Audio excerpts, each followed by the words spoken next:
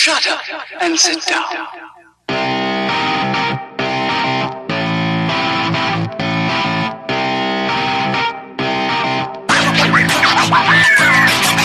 Oh snap, everybody. Welcome back to Third Shift, episode 27.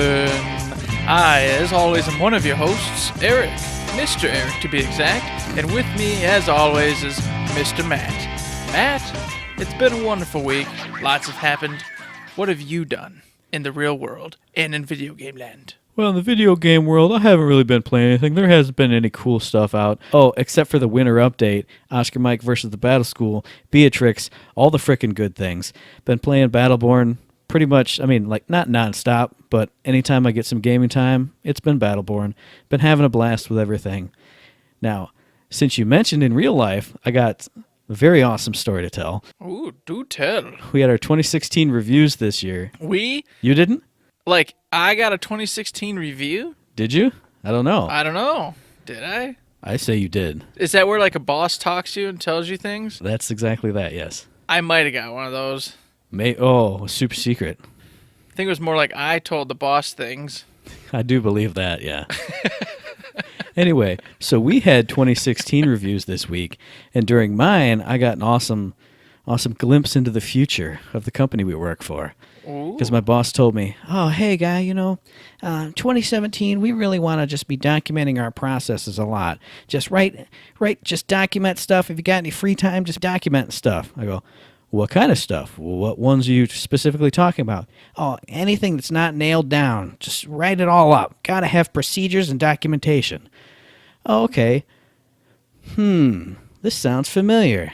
What was the one directive we had from the boss we used to work for, at the company we used to work for, when they were trying to get rid of us? Document procedures? It was make a magical book full of step-by-step instructions on how to do your job. Oh, boy. No This way. sounds real familiar. Woo! So I just want to harken this back to last week's episode and some other episodes, Matt, when I said supporting us on Patreon really feeds my children. It's going to now. Oh, my God, that's awesome. You might think I can tell the future or something around here. Oh, man. That was my amazing week. How about you, dude? Well, it wasn't that interesting. I played Battleborn a ton. I said to myself, I'm going to get some Battleborn in and some Final Fantasy in. I really got to finish this game because there's other stuff I want to get to, etc., etc. And then what free time I had, oh, look. Hey, somebody might have found something. I need to get it on Battleborn. Oh, look. Sean's on. Oh, I better get on Battleborn. Eric, what are you talking about? Sean's on every day. Well, I was actually in the mood to play, so that was a good thing. Oh, there you go.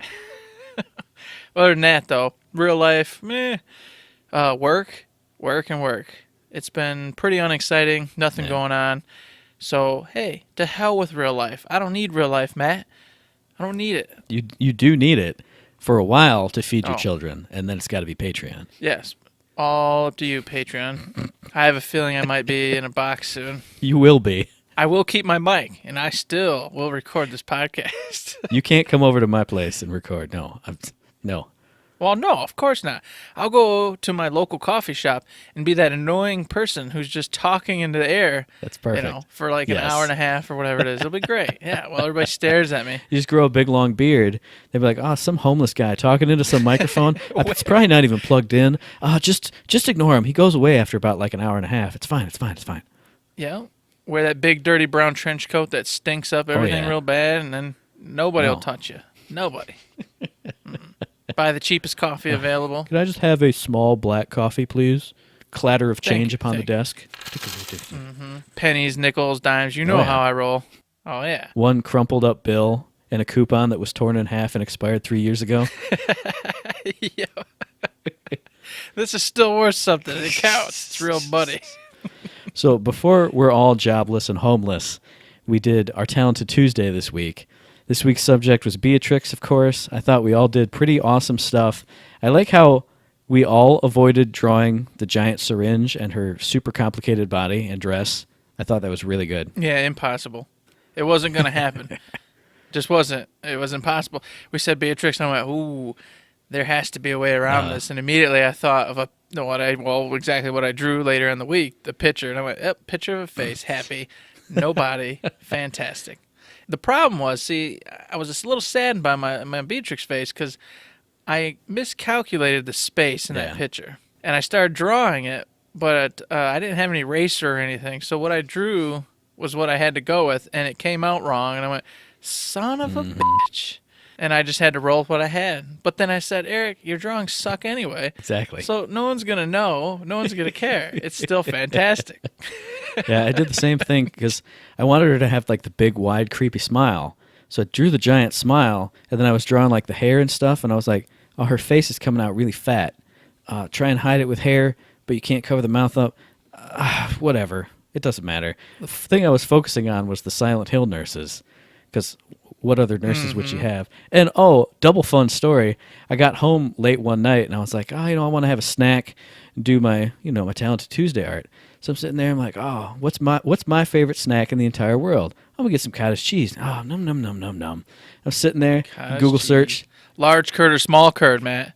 Large curd, man. Yeah, that's the only way to go. And for anybody out there who says otherwise, get out of here. Large curd is the best. Don't be a little Nancy boy eating some small curd. Oh, it's too big. Oh my gosh, the curds are so large. I want me little small curd. Oh, those chunky curds in my mouth make me feel sick to me tummy. I have to have this small curd. It's too much cheese at once. I need the whey to balance it out. And apparently now I'm Irish. Oh, boy. It doesn't matter. So the moral of the story was, I'm sitting there chowing down on some cottage cheese, Google image search, Silent Hill nurses. Oh, these two don't really go together. Oh, it's giant picture of dirty, filthy, bloody, disgusting, and then creamy looseness. That's never mind. I'm just gonna draw. I'm done. It is disturbing how you're eating cottage cheese and think that Silent Hill nurses are the great accompaniment to that. I was just first. Matt, I looked up Beatrix. So when we see each other next time, when we see each other, no knives. Your razor blades need to stay at work, man. They follow me everywhere, dude. You know this. You Oh, know. Man. I know. Trust me. I'm looking at the place where things allegedly happened. I don't remember. So bypassing all of that, next week our subject is going to be Montana to celebrate the possible spoiler alert. We'll talk about it later in the episode. Release of his DLC. So as always, you can find the preview versions on our Twitter account. Hit up the Instagram for the full versions, and gee whiz, maybe somebody submit some art to jump in the competition with us. That'd be nice, right? Someday it's gonna happen. I hope. It's gonna. Someday over the rainbow, we'll receive a Talented Tuesday submission. Copyright claim. Damn it, Eric. Was it past 3 seconds? Well, that's all right. Prison's at least gonna feed me. It's true. 3 squares a day, man. That's right. Then I get all the Patreon money for myself. Yeah. So this week in Gearbox, we have actually a couple of things, really, don't we? And quite a few things. First and foremost, as always, there was Borderlands 2 shift codes for some wonderful golden keys. Not only were there Borderlands 2 shift codes in the regular fashion, but if you're paying attention to the Twitter world, Randy Pitchford just put out 25 golden keys shift codes, and they don't expire. Heck yeah, that was pretty awesome. Yeah, I was like, I'm going to have to log on and grab that one for sure, because it's freaking 25 keys, man, to add to my 5,000. I got to do it. And I'm down to 0, so I do have to actually get the 25 golden keys this time. So not only were there 5 plus the 25, but they also did 5 Borderlands pre-sequel golden keys via the shift codes. Yep. So, as always, those will be in the usual places. Grab them up, because why the hell not? It's free stuff. That's right. Can't beat free. Free 99. Free 99. I like it, man. And then also this week, our good buddy Randy Pitchford, he didn't just give us golden keys. He gave us an interview with a website called Glixel, which I had never heard of. Pretty nice, long, decent interview on that. I thought it was pretty good reading. I enjoyed it, actually. It gave it a really cool spin, because as we all know, Randy, he's out in the public. for better or for worse, he is out there. Yeah. And sometimes he comes off as a crazy maniac. Sometimes he comes off as a genius. It's a thin line. It's a thin line we juggle. Being somebody who's kind of strange at times can relate, so I have a little more sympathy. At times. Hey, shut up. All right. I can do this podcast, right? I got to have some sense. That's not true at all. That's wrong. Nah, no. But the interview did, give him a chance to speak, and without just everybody throwing their opinions, out there in the interim. And it really kind of put things in perspective. And I was like, well, I really agree with what he's talking about, Yeah. For better or for worse, you want your name out there, and you've got to push boundaries. You've got to, take those risks and hope that things turn out for the best. And if they don't, you take a lesson out of it, and then you improve, and that was the gist of what he was talking about. Yeah. A couple of the questions, they were asking, will there be a spin on Borderlands 3? And he said, well, of course, we don't want to just rest on what we have. They like to innovate and change things up. Mm-hmm. So, just saying, I think Conjecture Land's going to pretty much hit the nail on the head. Yeah, I'm pretty sure we hit pay dirt with that one. I think so, too. And then he also talked a little bit about Gearbox Quebec and said that what they're working on will be announced some point this year, which we've already discussed and knew as, solid information. And that what they're working on is an existing IP, once again, as we discussed, but it's going to also have their own take, their own spin on that particular IP. Mm-hmm. So I'm pretty excited and stoked to see what Brothers in Arms with a spin on it is going to be. Or 80s action movie Duke. If it was a retro side-scroller, they would have had it done by now. But hey, you never know. So something... Like we said, probably Brothers in Arms. We both agree on that. With a unique spin on it. Maybe you play both sides. That's new for Brothers in Arms. You wouldn't play a Nazi campaign. How about this? Maybe, like I said, you play both sides, but the German side is like one of the assassination plots. That kind of we're a group who's trying to fight the power, overthrow it. Obviously, you know how that'll end up, but just another idea. If there's a twist on the Brothers in Arms formula, it'd be playing as other factions versus just one unit. Maybe you follow those two units, and either they meet up or don't. I guess you wouldn't have to. That's all conjecture. We didn't go out to the island, man, so I can't really speak on that, man. I wanted to swim out there, man. No, we can't go out there. This is not the episode for Conjecture Land. Okay. All right. You know the rules, man. All right. To the island or not. Okay. So I do want to say that I thought this interview was a really good one. It seemed like a more personable interview, kind of casual, but they didn't just feed him softball questions. They did ask him some harder questions, but it seemed a lot more conversational than a lot of these interviews are, where it's just so Battleborn sucks, right? Well, no, I don't think so. Overwatch, blah. You know what I mean. Well, no, I get you. And I feel like they asked decent questions, but I feel more importantly that Randy Pitchford's answers were unique. He really went in and told you the reality of it from his perspective instead of just giving you, the 105 answer. No, Battleborn's great. Next question.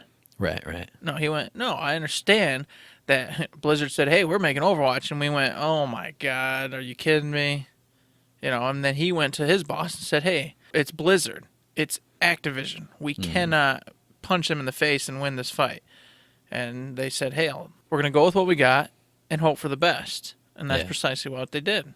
And then, before we move on, you guys really should check out this interview. It really does give a good perspective of Randy Pitchford. I mean, almost every question in there I can go ahead and just recap and talk about because I really felt the answers were pretty legit and on the nose. Yeah. So I'm not going to keep harping about it. Go check out the interview. It's good. Moving on to the Battleplan, right? That's right. Because, did they announce Borderlands 3 or do anything? Nope. Nope. Any DLC for the existing Borderlands games? Nope. Okay. Homeworld? Nothing I saw. Okay. I didn't see anything either. Brothers in Arms? Sadly not. No. Okay. Just making sure. We got to cover our bases. And, of course, the one we always forget, Duke Nukem. Nothing for Duke. Nothing for Duke except for pre-order your Bulletstorm so you can get yourself a Duke Nukem Adventure Time. Very well done, Eric. Hey, you know what? I'm trying to help out. do my part. I'm picturing the bit in Starship Troopers. Do your part. Sign up now. Would you That's like what to I was know thinking more? when I said it. Because I was thinking about Colonial Marines and another question from that interview. Nice. Good. Oh, goodness. All right, so moving on into the battle plan. First things first, it is the official launch date for Beatrix. For people who don't have the Season Pass or Digital Deluxe versions, you can get her in-game for 47,500 credits. You know, the usual. And then, speaking of the usual, they're also dropping double XP for this weekend from Friday at 11 a.m. Eastern to Monday at 11 a.m. Eastern. So you can level her all the way up to now 20 and just max her out, master her, just do it all over the weekend. Just play like non-stop, 72 hours. Go nuts. So, on the topic of Beatrix, we, of course, have been able to play her all week. What do you think, Matt? Did you like her? Did you hate her? Did you get enough time to even have an opinion? I got enough time to have an opinion, but I didn't play her a lot because our big chunk of game time on Saturday, you played her more than I did. I ran through the Thrall Rebellion with her, and like I kind of thought, I feel like she's going to get some couple nerfs, which they did confirm in the stream. I think she's going to get cooldown nerfs versus ability nerfs, because my one real impression of her, and I had a little bit of cooldown gear on when I was playing her, but not a ton. It just seemed like I would use Patient Zero, I would fire off a full clip, if you want to call it that, from my syringe. I would shoot out Fulminate, and then Patient Zero would be up. So I'd use it, shoot out a full clip, Fulminate would be up. Up, up, up, up, up, up, up. Like, I felt like I never ran low on skills, or you know what I mean. But I think that's that was the only thing I really took away in a negative sense. Otherwise, she was a ton of fun to play. I liked the way everything felt, like all the skills, the way she moved, the way the gun, the syringe worked. I really enjoyed my time with her, but I feel like she's going to get dialed down just a little bit. Well, I agree. I think she will. The cooldown times are pretty quick. I kind of found, though, that they were almost needed. I mean, she doesn't hit particularly hard with her standard attack. Right. And she dies quick, just like we talked about and assumed that would be the case. Mm-hmm. So I feel like without those skills being up, she's not nearly as viable as some other of my go-to characters. Here's the only counter I would have to that. I think the mods you can put on the skills are a little too much if they're going to be that quick. I think if they were just the base level skills where you get attack speed up and then attack damage down plus damage for Fulminate, then it's fine. But since you can put silence on the Fulminate, you can put, the aura of poison around yourself on Patient Zero. You can mod them up all different kinds of ways. I think that's what makes the cooldowns too fast. If it was just the base ones, I think it's fine. But all the other stuff you can stack on top of it's just too much. Yeah, I guess I'd have to agree, because she was pretty powerful, especially if you got her up to the max. And a funny note, here's why I know she was actually a little too powerful once you got her up to max level. Because we were tipsy as can be on Friday playing her, and I went back and looked at some of those logs, and I was doing top-end damage, all sorts of goodies, drunker than a skunk. I was going to say, I specifically remember playing Oscar Mike one match, and you beat me on, kills and damage and everything. And I was like, how the F did this dude beat me on, he's not my super main or anything, but my original guy who I always do solid/amazing with. And you're just like, first time Jones, pop, pop, pop, pop, pop, pop, pop. I'm just great. I guess that kind of proves that she is in need of a little bit of nerfing, but it's sad to see. Well, It hasn't happened yet, but I'm sure we will see it happen. Yeah. They did do a little bit of hotfixing to her, in the case of it just really being, they set the item level of Beatrix's lore legendary to be fixed at the same level of other characters' lore legendary items. So, nothing fancy pants, just basically adjusting something they had messed up in the first place.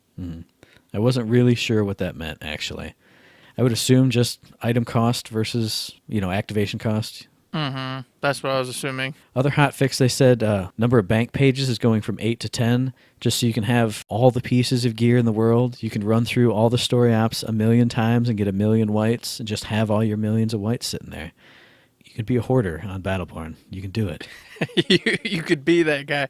I can't even imagine in what world you need 10, even 8 bank pages. It's just, there's no flipping way. There's no way. I think I bought 2 just because of item overflow from all the stories we were playing and, the ops as we started rocking through those. Mm-hmm. But, then I go out and I cull everything I don't use other than legendaries in the event that they do some kind of item crafting type deal like they've talked about before as a theoretical possibility. So I have all my legendaries and then just the items I have in loadouts that I'm going to use. Like you said, I couldn't imagine having 8 full pages of gear. Like, what would you use ever? Like, how could you pick? I don't get it. I don't know. That's a question for other strange people. That's a question for Sean, probably.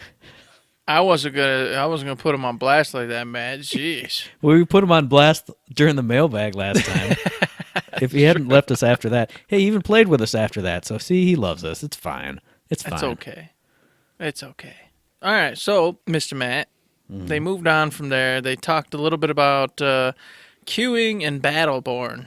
And they also talked about this on the stream. All kinds of queue stuff. Yeah, it was basically how they monitor it. It's kind of the same thing they've talked about several times in the past, and how they want to make sure that with the new people coming in with the winter update, that they have things viable, the different modes in the different areas and appropriate places, so that way everybody gets on and plays together and has a great time together.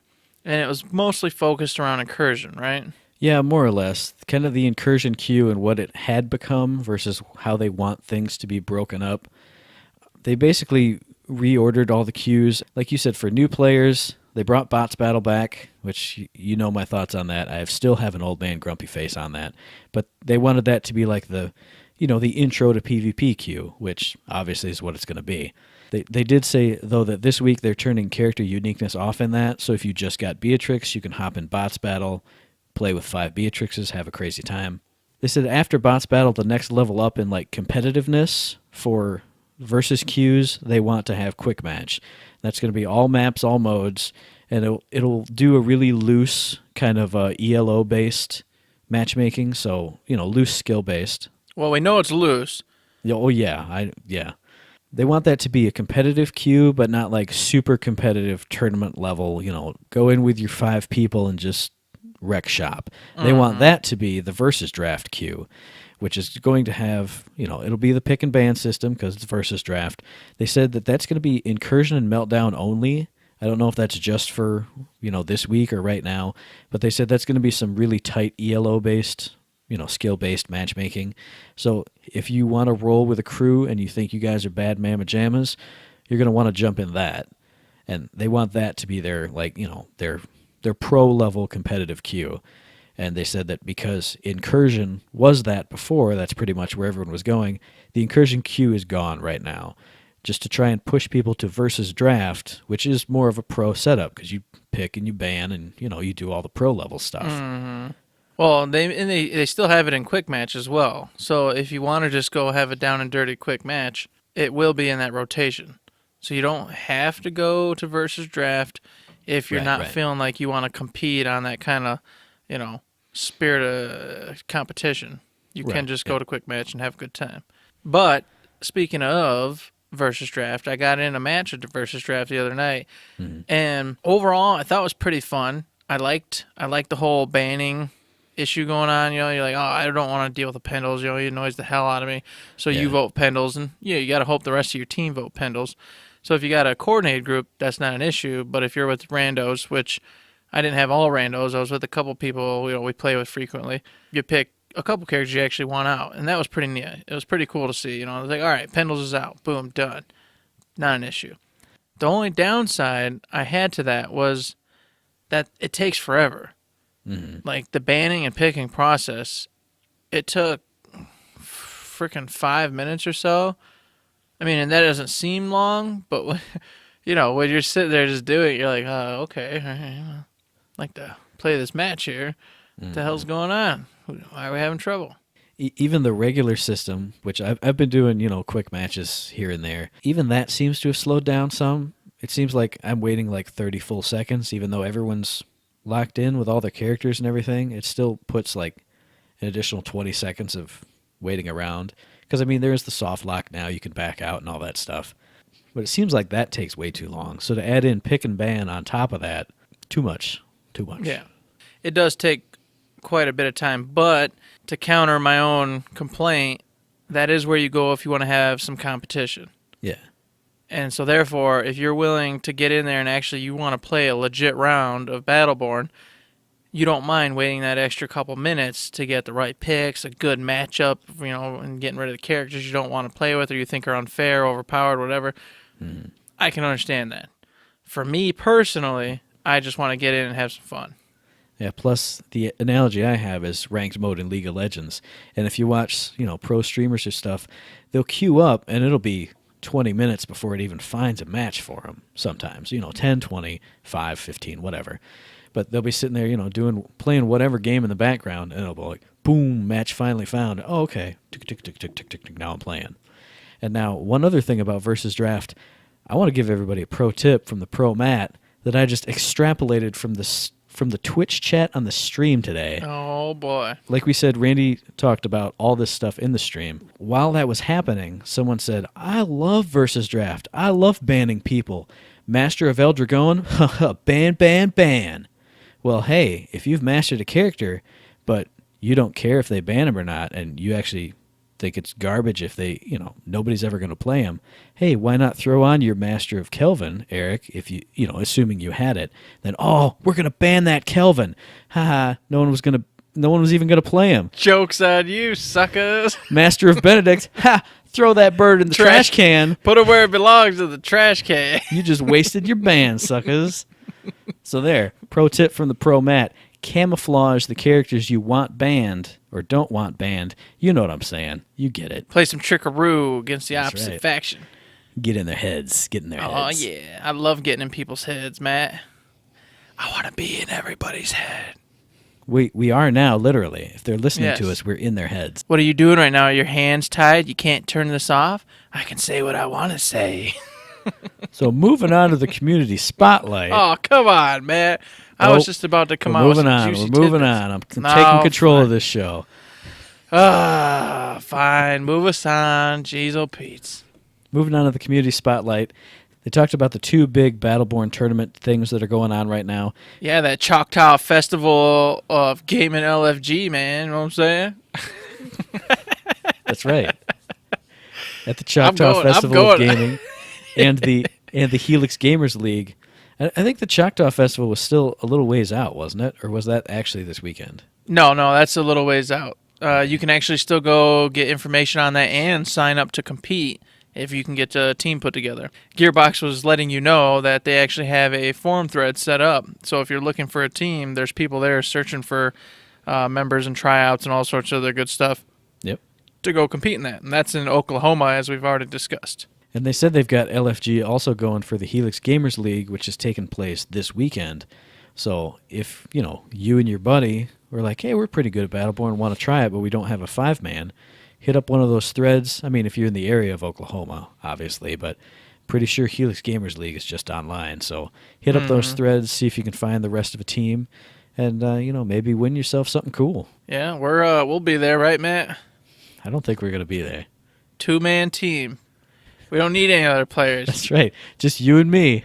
That's how Alani we do it. and Reyna. We're going to do it. That's right. Double healer always does well, right? Just heal, precisely. shield. Da, da, da, da, da, da. We're not there to win. We're just there to stay alive. That's right. You'll never beat us. We'll just sit there and just heal each other. That'll be fantastic. I can't wait. Speaking of fantastic, what's up with giant bears, Matt?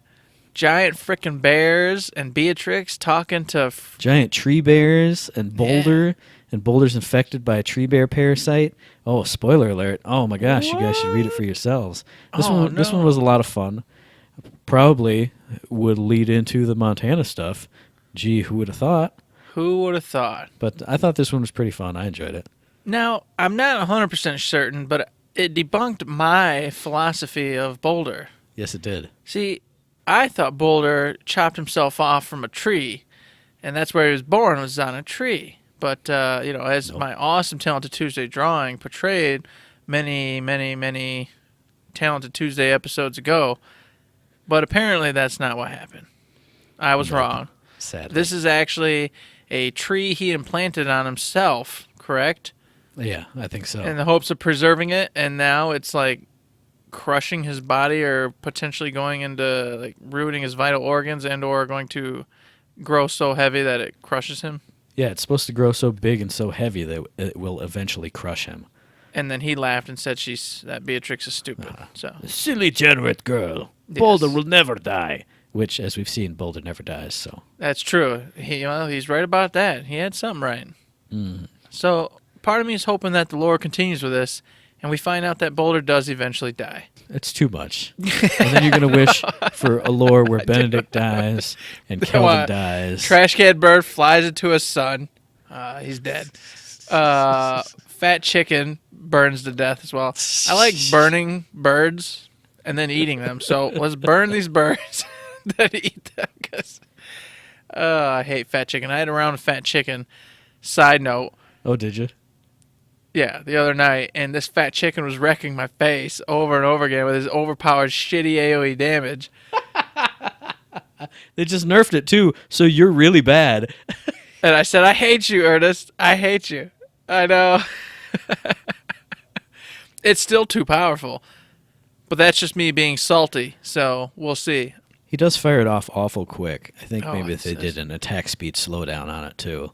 Yeah, it's terrible. Oh, my goodness. But anywho, that could be me being salty. I got to go in and actually play Ernest, myself again. I haven't played him, to be honest, since they adjusted him, so I got to get in there and play with him some more. I haven't played with him much since Kid Ultra came out, just because, I played a bunch of rounds with him, and I was like, okay, I get it. And I just never went back and finished him off. And I don't play against many fat chickens either. You don't see a ton of them. On Chaos Rumble, it'll always be fat chickens. But on any other game mode, there's no fat chickens. Which surprises me, too, because in capture mode, he'd be amazing. Oh, wait, no one ever picks capture. We never play capture. Oh, B. Just play incursion. Charlie. Goodness. Well, that was a fun sidetrack. Going on to the coming up segment, they dropped some hints about all kinds of different queues, different kind of fun rotating queues that they want to have coming up in the future. Oh, my gosh. These looked amazing. I know. So all kinds of different ones. A solo queue for solo players, which I think would be a lot of fun. I've been trying to run solo during the daytime because I work second shift and just getting stomped by, oh, look, here's a team with a group of 3. Well, I guess I'm going to be dead all the time. A lot of first-person shooters like Call of Duty and stuff have these, and I like it because it evens the playing field. Yeah, yeah. You got that. They got Big Head mode, which, of course, everyone loves, will always be fun. Let's see. Captain's Draft, which you talked about before. Versus Draft Short, which will make shorter game modes and maybe even a shorter, pick time. We don't know too many details on that yet. And then the really fun ones, Warfare Rumble, which will increase the damage. Randy was saying almost like double damage maybe. Takes the shields away from everybody. And then it's also apparently going to be really quick respawn times. So more, I guess Call of Duty style. That's the only kind of quick death, quick respawn. That one I'm not excited about. I'm not too excited about that one, but that's why I don't like first-person shooters in general, Matt, is because I go, oh my god, this is amazing. I'm dead. Respawn. Oh, look, I should probably go to that house. Respawn. I'd like to play this game. Respawn. It's over and over again. And then I go, oh, I should break my controller. And then freaking drop kick my machine and throw it in the garbage can and never play a stupid video game again. Well, see, at least this one is Battleborn, though. So you'll see the giant Montana that kills you in one shot to your giant head. Well, it won't be big head, but you know what I'm saying. I don't think it'll be as bad as some of those games, but yeah, that one kind of skeeves me out just a little bit because I don't like that either. I mean, I've played plenty of Call of Duty and stuff like that, but if I'm not in the right mindset for it, I don't really like it. I just love I love where it is because right now, anybody who attacks you, for the most part, you can counter. Yeah. Or at least get the heck out of Dodge and live to fight another day. Yeah. And that's what I enjoy so much about Battleborn.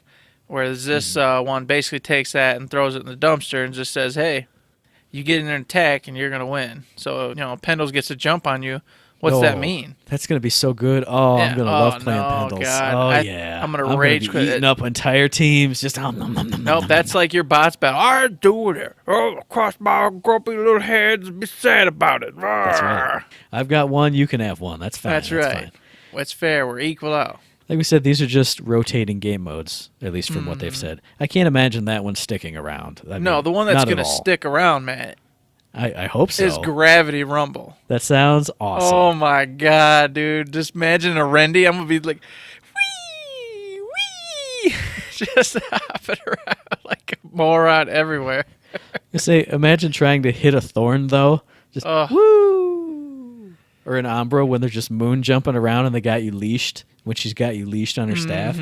Oh, it will be fun, though, because they said in addition to super low gravity, which makes super high jumps, they're also going to ramp up everybody's melee power and the knockback on the melee. So you can be bouncing people all around the place. It's going to be ridiculous. Hey, minion wave. Whap. Woo! Wee! Goodbye.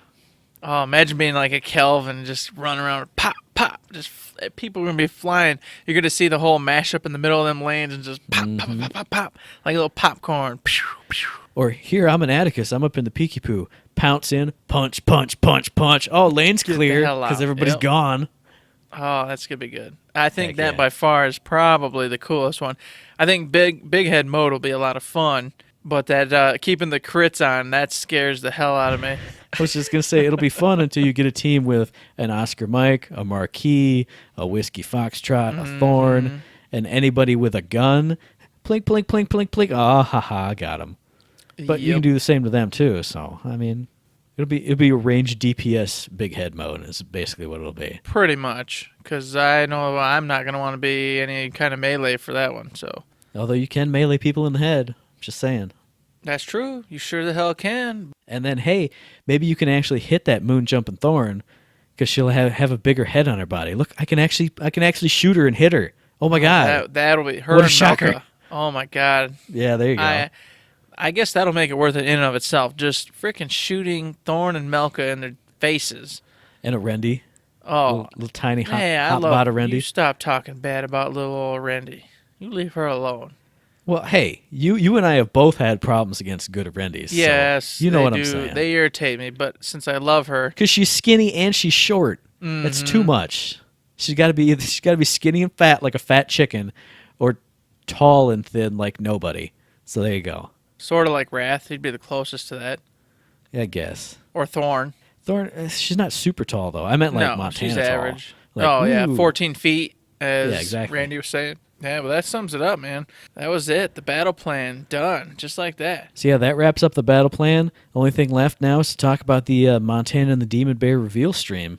Why don't you kick it off there, Eric? It was pretty late in the game. I was sitting there patiently waiting for it, and they went through all sorts of craziness to get there, and it was a lot of fun craziness. You know, we got to see Randy go freaking bananas, just doing all of his different voices, challenging Jim Foronda. Yeah, you know, it was nuts. And I loved the look on Anthony's face during that big spiel he went on with Montana. Anthony was just looking at him like, I don't understand what's going on right now. And they did the story time. The story time old school filter. Yeah. Oh, my gosh. And I got to agree with the chat. That was starting to burn my eyeballs after a little while. I just had it on my phone, so it wasn't that bad. Plus, I was taking notes. Yeah, well, I had about my screen 3 inches away from my face, so after a while I was like, oh my god, my eyes, they hurts. But overall, it was, to me, a lot of fun. And more importantly, going to the Montana and the Demon Bear, it looked amazing. Oh my gosh. It was just, Yeah, I love the Halloween / spooky vibe of it all. They said the basic setup is, Montana. Let's see, it's Montana, Alani, Thorn, Shane and Orcs, and Boulder. And then Nova. They're all camping out on Tempest, and so Montana's telling a spooky / tall tale kind of story around the campfire. Everyone's got their own iteration of it. Yeah, that I thought was cool. Yeah, throughout the 10 stories you go through, you basically get a revision on the tale from every character from their point of view. And then, of course, as Randy said, there's going to be a couple from Montana himself, since it is Montana's ops mission. But the basic premise of it is Nova crashes, you got to go save her, and everything that happens in between is improvised by that particular storyteller. And as people were saying, and I too was super excited about, Alani's in this one, and I'm like, oh my gosh, finally we get some Alani. DLC in here. Oh, this is fantastic. And they didn't disappoint me because they went ahead and they showed some clips of them playing. And then in the very beginning, the zombies were appearing, and I think it's zombie Varelsi, and then he was, ah! And then, and so he changed it to minion bots instead. Oh, I mean, minion bots, right? And I was like, oh, this is what I'm talking about. There was a definite, and everyone was saying this in the chat too, a definite Tiny Tina's Assault on Dragon Keep feel with, oh, hey, here's what happened. Oh, wait, no, it was different. Oh, it was slightly different. It was these. It was these instead of those. Whoop, whoop, whoop. Yeah, they were saying it was a great mesh up between Borderlands 2's the Halloween gig and then Tiny Tina. And it was spot on. It was pretty much, yeah, exactly. But, of course, the Battleborn world with the Battleborn twist and all the cool, unique characters that they've got instead of Borderlands. The aesthetics were outstanding. I know they went back to the whole Generate theme, but the way they spookified it or spoopified it, I'm shaking my head right now. oh, come on, man. I was trying. The way they did that, it looked awesome. And it went back to the Atticus and the Thrall Rebellion style where it's like an not open world, but you're outside and you're in like a nice open space where you feel like you can explore and run around again, whereas the last two have been indoors and, Building on that, there's going to be a lot of, like you said, open play spaces, places you can actually get ambushed by enemies. Like the first area we saw, they were running through a graveyard, and like you said, at first, zombie Varelsi were popping out of the different graves all around, and then they went into like a Thrall village, and so Thralls were just coming out of the buildings any which way, kind of all around in this big open area. So, like you said, I definitely liked the going back to like I'm open, I'm in a place versus I'm in a series of boxes essentially. You know what I mean? I do. I know exactly what you mean. But overall, what they showed was really cool. The Demon Bear himself looked fantastic. Oh yeah. I mean, and then the zombies, popping up, all that stuff happened. It was just looked pretty damn cool. And then I was like, well, when's it coming out? They never said, Matt. They didn't tell me, and I was sad. My eyes watered up. I thought I had a tear or two, and I was like, it's never going to come. They didn't tell me the day. And see, the best part is I was watching it on my phone, so I'm watching, and it's getting close to the end, and I hear, what is this? Twitter notification. Swipe down, and I think it was from Battleborn. It's saying, hey, look, Beatrix launches today, and then something, and also keep an eye out for our 4th op next week. Oh, okay. Well, maybe that's why they didn't say anything on the stream. So according to whoever runs the Battleborn Twitter, this is coming out next week. Maybe. No Could be. flipping way. I Next hope so. week, Matt? We haven't even got through all 10 iterations of Oscar Mike. I know. It's freaking nuts, dude. God. And speaking of Oscar Mike, what'd you think? I thought it was awesome. Like I said, I got to be honest with people on the podcast. I thought it was awesome from a writing standpoint. I loved every mission we went through. We were laughing and having a great time. That was awesome. Gameplay-wise, it doesn't really do a lot for me because you're just in a room shooting enemies. It's not bad. It was fun, but it just wasn't like engaging. You're not moving around, going through different areas or different sections of a ship. It was just kind of, hey, you're in a battle room. So I thought it was the least engaging gameplay-wise out of them, but the story that was running over top balanced it out, and it was pretty great. Mm-hmm. So I enjoyed it, just not so much the gameplay mode. I was in a slightly different boat. I just enjoyed it overall, even though it was, like you said, kind of a horde mode. They did vary it up a little bit. They changed the decorations a bit, in between some of the matches. Yeah, I thought that was good. And that was cool. I was hoping for more, as we discussed before. I was hoping for like lava floors and moving pillars and all sorts of really cool, crazy, exotic things. It didn't happen. But as you said, the story above it was hilarious. Yeah. And I just found myself chomping through the bots, getting through all the ads to listen to the story. To get to the next story bit. And it's a very short ops mission. Yeah, it felt really short. So it wasn't like I was angry because oh my God, all these waves just to hear the story. I mean, it was just no. Yeah. Boom, boom, boom, boom. Next funny bit. Oh, listen to Whiskey Foxtrot be crazy. Oh, this is great. And then moved on. And then at the end of it, you got that amazing boss. Yeah. For people who haven't played it yet, I won't say, what amazing bosses or boss it is, but it was fantastic. The boss parts were really fun. Mm-hmm. So between just wanting the story, getting the story, and the fact that it was moving really quick, I wasn't as upset with the fact that the rooms didn't vary enough to what I was hoping was going to happen. Mm-hmm. So I'm comfortable with saying I still think it's pretty freaking awesome.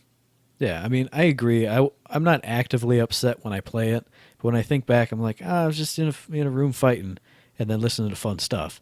So I agree. It's well worth anybody's money if they don't have it yet, because it is a lot of fun and it's funny. So there you go. Boom. Stamp recommended. Stamp of approval. Now, before we go on to other stuff, I want to dial it back just a little bit to the start of the stream, the Montana the Demon Bear stream, because Randy said a bunch of stuff that I think is worth mentioning. Yeah, he did. Now, I know the one thing that you're sighing about. I want to talk about two other things real quick, because they talked a lot about queues and daily quests and matchmaking and all that other stuff. I'm not going to go into it too heavy, but he said two things. First thing I did agree with, he said if you leave a game that's in progress, you don't get any kind of rewards. So if you're trying to like farm quests real quick and just leave, a PvP match, you're not going to get anything. I totally agree with that, because I get one lever in pretty much every PvP match I've been playing, and I played 6 over the course of 2 days. Not a lot, I know, but every single one I had somebody leave and then come back and look and leave. So I'm glad he got nothing. Second thing he said, which did make me have an old man frown on my face, was he said there's going to be no more punishment for surrenders, and I thought that was something they built into the game a long, long time ago. Like, you got way less XP, way less credits. They did. You got the diminished returns. But he said now it's a valid way of leaving a game mode, so I really don't like it. I mean, it didn't decrease the amount of surrender votes we had going in games previously, but in all those 6 games I played, oh, look, we're playing on Incursion Overgrowth. Okay, well, they pushed us back to our sentry once. Surrender! Let's surrender! Let's just quit! They didn't even put any damage on the sentry, and it's, well, no, we're done. We gotta go. No, can't play this match. Like, there has to be a penalty for teams who surrender. They tried to emphasize, though, the fact when they were saying this, if you remember, they were trying to emphasize the fact that by staying in the match and not surrendering, you're gaining more XP and command rank and all that good stuff the longer you're in that match. And he says, even if you surrender, yeah, we took the punishment away, but by the time you get out, you log back in another queue, get in another game, if you'd have just stuck it out and battled, you'd have gained more XP via that route than by quitting. So I think they're trying to counter that. They're trying to say, hey, we'd rather you surrender than just leave and screw everybody over for sure. But we want to encourage you to stay in the match because we're going to make it so you're getting enough points as you're playing, the longer you're in there, to make it worth your while. I don't see this working at all. I was going to say, now the counter to that is the one guy I played with during one of those 6 matches, he kept calling for a surrender vote, and when we wouldn't surrender, he left. Then he came back, realizing that he couldn't, join another game until this one was over. And he stood there in the base, he was a Galt, stood there in the base firing his shotgun constantly. So he wasn't idle, but he was doing nothing. So this is how PvP games are sometimes, so I don't think there's anything you can really, really do about it, because people will find a way around certain things. But I don't know, the whole leaving and surrender situation is sometimes just out of hand. Well, the only way to kind of solve that is, and they said that they do watch and pay attention to people who surrender, people who leave, that kind of thing. If you report the individual AFK, sure, it's not going to do anything that match, but if you do it and then Johnny Joe, the next guy, plays and does it to him as well because he's being a jerk, enough AFKs, I got to imagine, they will go, hey, look, this dude is being reported for AFKing like every time he plays this game. Let's ban him or suspend him or, whatever it is. Well, see, that's my only concern is, I'm using quote fingers, none of you can see. He wasn't AFK because he was standing there just firing a shotgun. I hope they can, extrapolate the data and see, what was he doing? He was just standing there doing one thing. Because Danny's posted stuff on Twitter about it too. With, here's an SNA who wants to give up, so he's standing on the spawn pad just twirling in circles. He's not technically idle, but I think they have those metrics of how much distance you travel, kills, deaths, all that good stuff. I would assume so. And obviously, if he's not moving outside the base, he's not moving Therefore, travel distance 0, kills obviously 0. Somebody reported him AFK. Okay, this makes sense. Yeah. It's all adding up. It's done enough times. So you, the player, have the power. Report those suckers for being AFK, being little crybabies who can't finish a match. Do it. And if you're an AFK little crybaby who can't finish the match, just don't. Just go out there. Go play PvE. Or go out there, and even if you die, you're already like 1-9, which is why you want to surrender anyway. Just go continue to be garbage. You're not hurting us that much because we're already pushed back to our second sentry. It'll actually go faster. Maybe you can help them level up and help them get the sentry. Take one for the team. That's the negative spin on it. Here's the positive spin. Okay, you suck, right? You don't know how to kill people. It's not your shtick. Right. Well, there's a billion other options out there. Hey, go kill their turrets. Go kill their buildables. That gets you points. That gets you recognition. That gets you lore challenges. Go be useful in some other fashion. Because in most of them, especially Incursion, you know where everybody's fighting at for the most part. It's a simple matter to just divert, go on the secondary lane, and go kill turrets. Go screw around. Yeah, it's probably not going to alter the course of the game, but you're at least helping in some way. You're at least contributing. So if we did push through that big, though, well, hell, you got rid of the 2 turrets and their speed boost. Yay for you. Congrats. You were helpful in some way or fashion. So there you go. Yeah, I agree. A positive spin. Be productive in another fashion if you cannot seem to kill another player. All right, so now that you're all pumped up with positivity, I'm going to make you real sad because Randy acknowledged that somebody is very close to finding one of the Borderlands Easter eggs in one of the story ops. And spoiler alert, it's not us. I can guarantee you that. God bless it. I don't know, Matt. I've said it before. My eyes burn. I can't see things straight anymore. I don't know. I guess I'm happy, maybe, because at least we're going to see him. Once somebody finds it, then we can go do it and be like, oh, okay. And we'll be like, oh, well, this was way too much. There's no way we could have done this. Mm-hmm. And I'm not going to specifically point out the other person who's involved in this, but I have a feeling that our buddy Joe Zoes is one of the participants who is working on / close to finding the egg, because he's been working with somebody else. Again, I don't want to say anything and get him sniped and get everybody mad at me, but I'd keep an eye out for him and his buddy. Well, I'm hoping we see something soon, because I'd love to see what kind of secrets we got. And then, another nice thing about this is it's going to be an indication of how hard these guys are to find, because I think we got spoiled with that very first one. Oh, yeah, we absolutely did.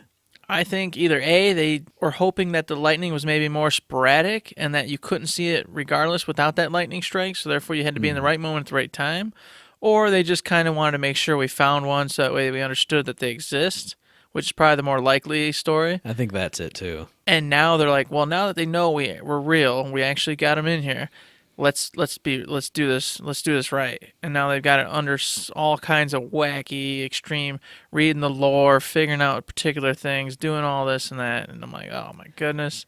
I think it's got to be that second one, because they put 2 in Atticus. So I think they put 1 that'll be like, oh, they'll find it. And then we'll be like, hey, Get guys, hungry. but you didn't find it. And be like, oh, no, oh, geez. Yeah, I think that's precisely what happened. So I'm kind of excited to see somebody actually figure one out. That way we can get an idea of what we're looking at. Exactly. And I have a feeling when we find out what we're looking at, it's going to be that me and you will never find any of these. I'm 90% sure that is exactly what's going to happen. Because even building off what Joe Zoes and his buddy were talking about, I was just like, man, I don't even have access to that one lore or this, or I wouldn't have even put 2 and 2 together to try and find, to make that be a thing that I would be looking for. I would have had no hope of this. So, spoiler alert, we are probably not going to find any of them. No. Great. Makes Go me team. sad. Go third shift. You sons of guys. So going from us being terrible and awful, let's go to a mailbag entry from somebody who thinks we're great. How about that? I like that. I need to pick me up. So we got an email from Dave S. Hello, Dave S. We're never going to get another one from him now. Thanks, Eric. You're welcome. I do my best. So Dave writes, I'll start off by saying I love the podcast and I'm looking forward to your new one as well. Listen to our Conjectureland episode for that. You guys are hilarious. You could talk about anything and I'd listen. Well, thanks, Dave. He continues, so I was listening to your Borderlands 3 conjecture, and I love the idea of border worlds. I'll add some conjecture of my own.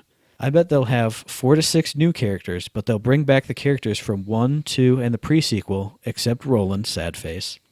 So that would be around 20 characters right there, and what if they added some Battleborn characters to the mix? So my question would be, which Battleborn characters would be a good fit in the Borderlands universe? I could see Whiskey as a good fit personally, and maybe Melka too. What do you guys think? Keep up the great work, Dave S. All right. Well, to start off, let's go a little facts, just to make sure we're clear on everything. It's not going to happen, because as we've been told a million times, Randy Varnell doesn't want to mix Battleborn with Borderlands. This is conjecture land. It doesn't matter. This is conjecture land for fun. Yeah. Get in the canoe. Get in the canoe yes. right now. Let's paddle. Get in. I'm getting in the canoe because I don't want to talk about this unless we're there. Sploosh. Sploosh.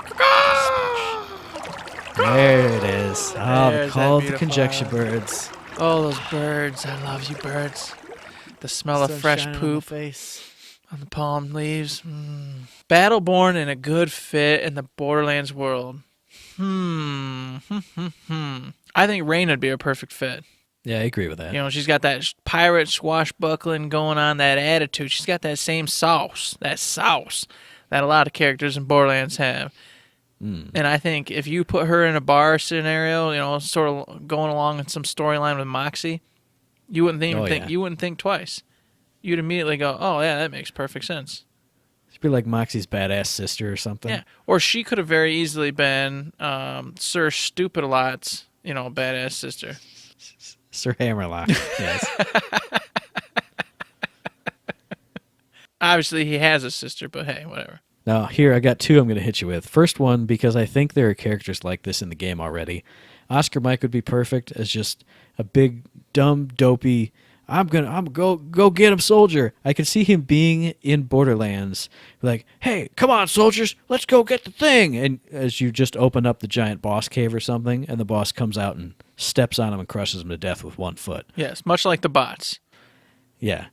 But speaking of bots, thanks for the segue. Yes. Isaac would be perfect. Oh, yeah. Just a malevolent AI who just is there to torture you or send you out to torture other things, make life miserable for everything. Hey, we're on this idyllic, like Eden-like planet. Oh, it's amazing. Who's our contact?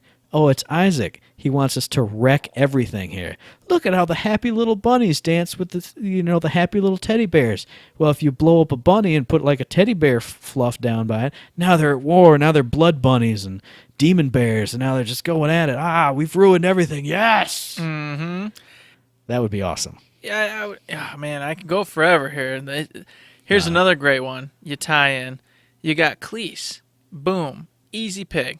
Oh, hey, look, we need a new Atlas, doctor and or scientist. Boom, Cleese pops in. Hey, I was in this hidden land just like in Tales from the Borderlands, blah, blah, blah, blah. Or I was messing with Varelsi portal technology and I opened up a rift in space and now I'm in this crazy, stupid world. Gee, great to see another world on the brink of total abomination and destruction. Obliteration, oblivion, well, any kind of bad word you want to use there. Here's a bad word. World on the brink of bad thing. Exactly. Yes, exactly. Hell, he's even got the intro story. Look at that. Boom. And then lastly, it popped into my head instantly was Beatrix, our new little DLC character. How badass would it be to actually have a competent doctor? Because Nurse Nina and doctors... She is a real doctor. Nurse Nina and Dr. Zed just don't cut the mustard, man. I ain't letting either of them look at me. Eric, what are you talking about? Beatrix, you don't want that either. Wouldn't let her touch me with a 10-foot pole. Damn it. Well, I'd still say she's my best bet for living. I don't know. I do know. Nurse Nina not going to help you, Matt, I promise. She says, Nina, good for you. Yeah, I trust her. Well, everyone loves a Russian. Yeah, I don't know about all that. Not the Russian part. I love you Russians. Don't, any Russians listen to this. I'm not saying that. Matt, you're going to get us in trouble. Jesus. Oh, man. Don't talk about politics. This is the year 2017. It's the land of hope and magic. That's right. All right. Now, one other thing I did want to tie this into, and this was going to be the mailbag if we didn't just get this awesome email. in the Twitter thread, Twitter discussion, I don't know what the correct Twitter terminology is, but we posted up our Conjectureland episode, and on the Twitter for that, we got a big, long discussion. Me, Jozos, Hunter Cochran, all kind of talking about Battleborn and Borderlands. And quick backstory, Jozos, who started it all, was saying, my conjecture is going to be, how about a new faction for like Season 2 if they do a Season 2? And it would be the Estanti, a whole ancient race. You could bring in 6 new characters or 5 or however many and have them all be under this new faction banner. You could make them all different. And I said, well, how about, since I was piggybacking off of his piggybacking of my idea, I said, what about a Vault Hunter faction where you have 6 of the Vault Hunters from the Borderlands series? And then it got into this big discussion about how much Borderlands people want in their Battleborn, how much Battleborn anybody would want in their Borderlands. I don't want to go into it too much, but I just want to say it was a really good discussion between me and these 2 other guys. I really enjoyed, the conversation we had. So if you guys have any strong feelings about that, go hit up the Twitter feed for that. It was really interesting. I don't know if you got a chance to look at it. Yeah, I did. I took a peek at it. It's kind of where I drew the comment earlier about not wanting to mix Battleborn with Borderlands. Yeah, that did come out. That was where he was talking about it, and then of course I went back and looked, and Randy had specifically stated at one point that he didn't want those 2 worlds to be mingled because they weren't the same worlds at all. Yeah. But they did state there will be the Borderlands skins, so of course it's all in good fun. I thought it was a fun discussion, and those guys were saying some things from a different perspective than I had, thinking about, other universes mixing with, the game that we all enjoy and love, and how other people, even other than them, could look at it. Other perspectives are good, man. We like perspectives. Not always. Not if they're from the trolls. I even like the troll perspectives, because then it helps me dive into that world. I will say Hunter did bring up the fact that it seems like a lot of Borderlands people have been hating on Battleborn as well. And it's like, but you're all under the same umbrella. Everybody should just get along. Everybody should just be nice. We need when's Borderlands 3 come out, man?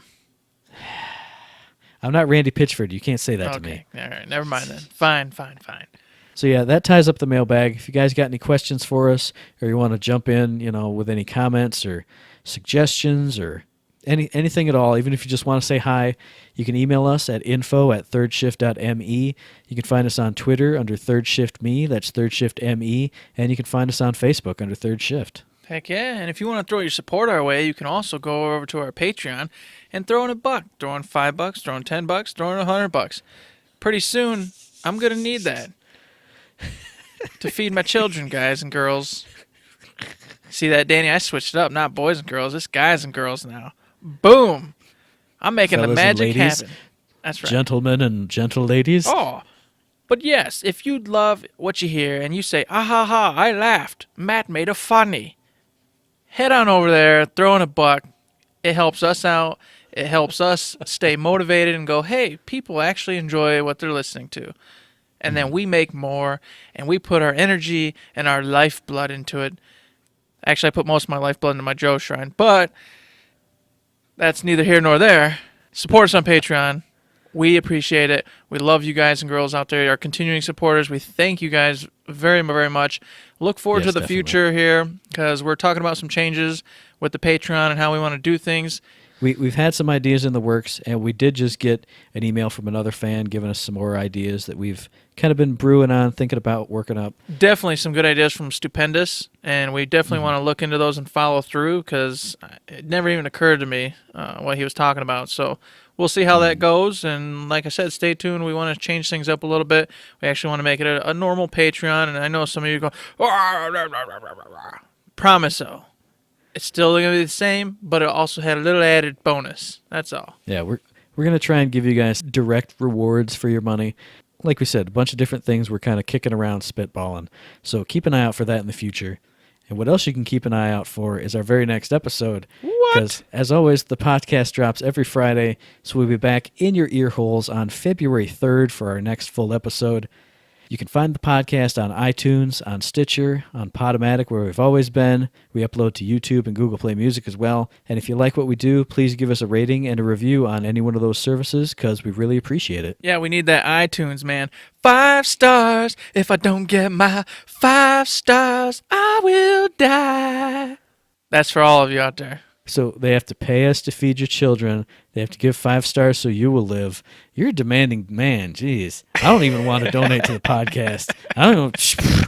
Screw this guy. I'll go do my own podcast with blackjack and hookers. And you know what? Forget about the podcast. Oh, man. I'm just trying to motivate the people out there, Matt. I got to put That's things true. on the line. I got to put it on the line. Like your health my and your health, children's my lives. children's lives. These things are important. Oh, my God. Nurse Nina won't help me. Nina's good for you. Not good for me. We got to wrap this Let's up. do This is it. getting terrible. Hey, everybody. It's been a pleasure serving you. It has. And as always, with that, we say, Don't forget to say.